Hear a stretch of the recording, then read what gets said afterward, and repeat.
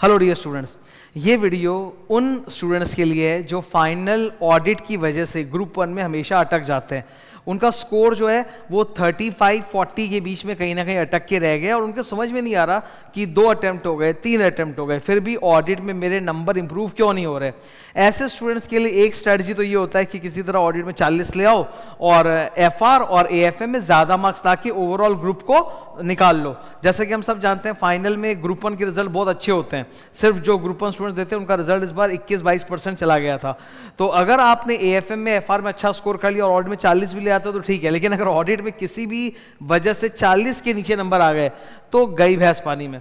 तो how do we solve this? एकदम अचूक उपाय बता रहा हूं, 4 स्टेप्स बताऊंगा तुम लोगों को, बहुत अच्छे से इनको फॉलो करना, समझना और देखना। डेफिनेटली तुम्हारे नंबर इंप्रूव होंगे फ्रॉम 35 to 45। तुम इजीली 15-20 मार्क का जंप तो मारोगे, मतलब तुमको ऑडिट की वजह से पास फेल होने की चिंता तो नहीं रहेगी। वो टिप्स ये रहे आपके सामने। नंबर 1, ऑडिट सब्जेक्ट की सबसे बड़ी दिक्कत क्या आती है? सर पढ़ा हुआ मुझे याद नहीं रहता।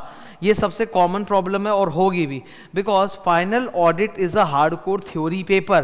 फाइनल में अगर आज के दिन जितने भी पेपर्स हैं हमारे, उसमें सबसे ज़्यादा हार्डकोर थ्योरी यही है। और इसको कितना आदमी याद रखे? अपने लैंग्वेज में तो लिखेगा ही, और अपनी लैंग्वेज कभी भी बुक के लेवल की हो ही नहीं सकती। और आप सोचोगे कि पढ़ी हुई हर बात याद रह जाए, वो भी संभव नहीं है। तो इसका उपाय क्या है?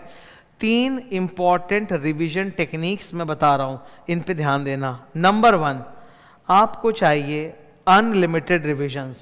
अनलिमिटेड रिविजन्स का मतलब है कि मतलब गिनो मत कि 3 बार हुआ, 4 बार हुआ, 5 बार हुआ, नहीं, गिनो मत, जस्ट करते जाओ। मेरी अगर तुमको नंबर ही चाहिए तो मैं बता देता हूं, फुल चैप्टर, मैं चैप्टर वाइज बात कर रहा हूं, I am not saying full subject. Full chapter को 3 बार रिवाइज करना चाहिए और चैप्टर के अंदर जो 20 to 25% हार्ड पोर्शन होता है जो आप बार बार भूलते हो, उसको 10 टाइम्स रिवीजन करना चाहिए। तो you should do unlimited revisions. Second, you have to do self revision. आपने बहुत मैराथन देखा, मैराथन से एक हेल्प मिल गया, मोमेंटम बिल्डअप हो गया, दैट्स फाइन, पर marathon can only take you to a certain level, beyond that वो आपको आगे नहीं ले जा सकता। वो क्षमता सिर्फ और सिर्फ सेल्फ रिवीजन में। तो अब टाइम है, अगर मैराथन एक बार देख लिया बहुत अच्छा, एक रिवीजन हो गया मैराथन से, अब बाकी के जितने रिवीजन है वो सेल्फ दनादन बुक को पढ़ो और फुल पढ़ना स्टार्ट करो।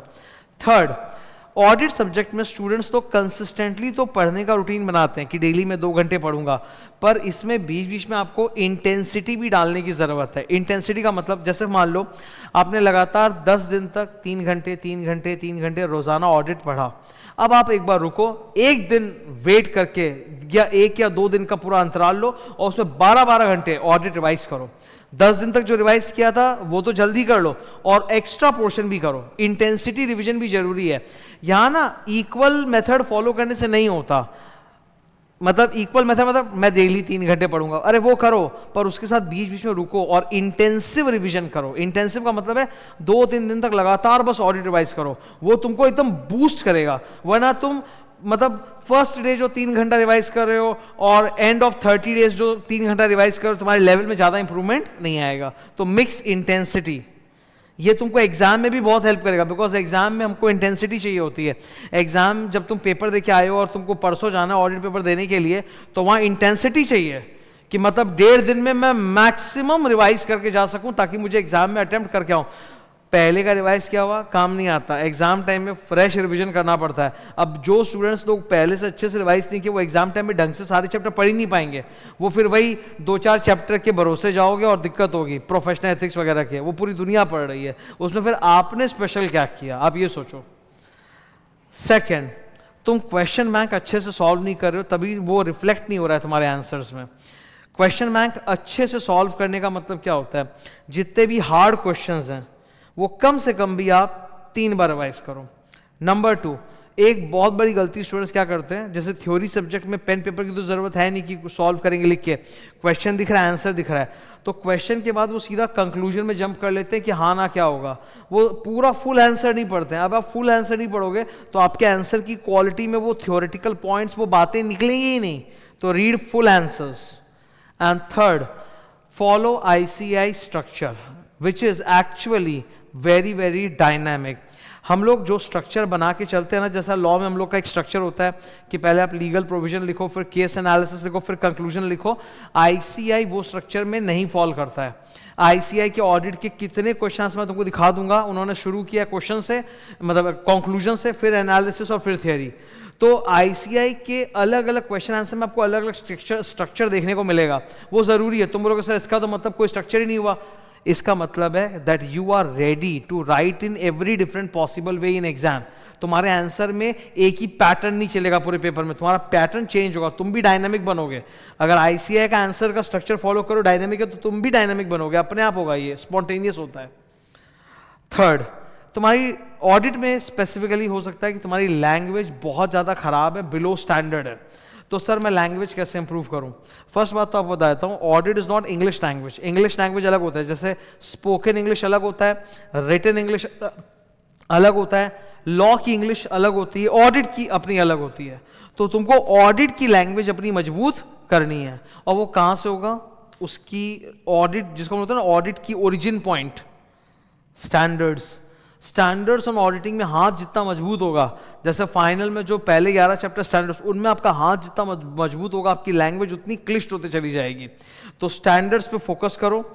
20% to 25% of the entire chapter important होता है, हाईलाइटेड होता है, रेड कलर होता है, वो इंपॉर्टेंट डायलॉग्स है, उनको डायलॉग्स को याद करना सीखो।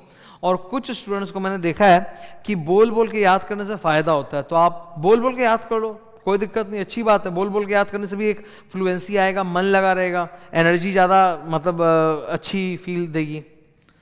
नंबर 4, ये मेरा फोर्थ और सबसे इंपॉर्टेंट टिप है, डाइवर्सिफाई करो।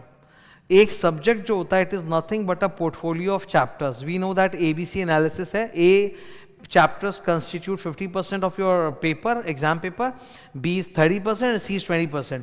आपको तीनों पे एफर्ट करना है। आपको नहीं पता ना कौन सा स्टॉक कब आपको कमा के दे देता है, ऐसा होता है। हम लोग पोर्टफोलियो तो हम सब जानते हैं, फाइनल के स्टूडेंट्स है भाई, फाइनल के स्टूडेंट्स को सब पता है डाइवर्सिफाई का क्या महत्व होता है।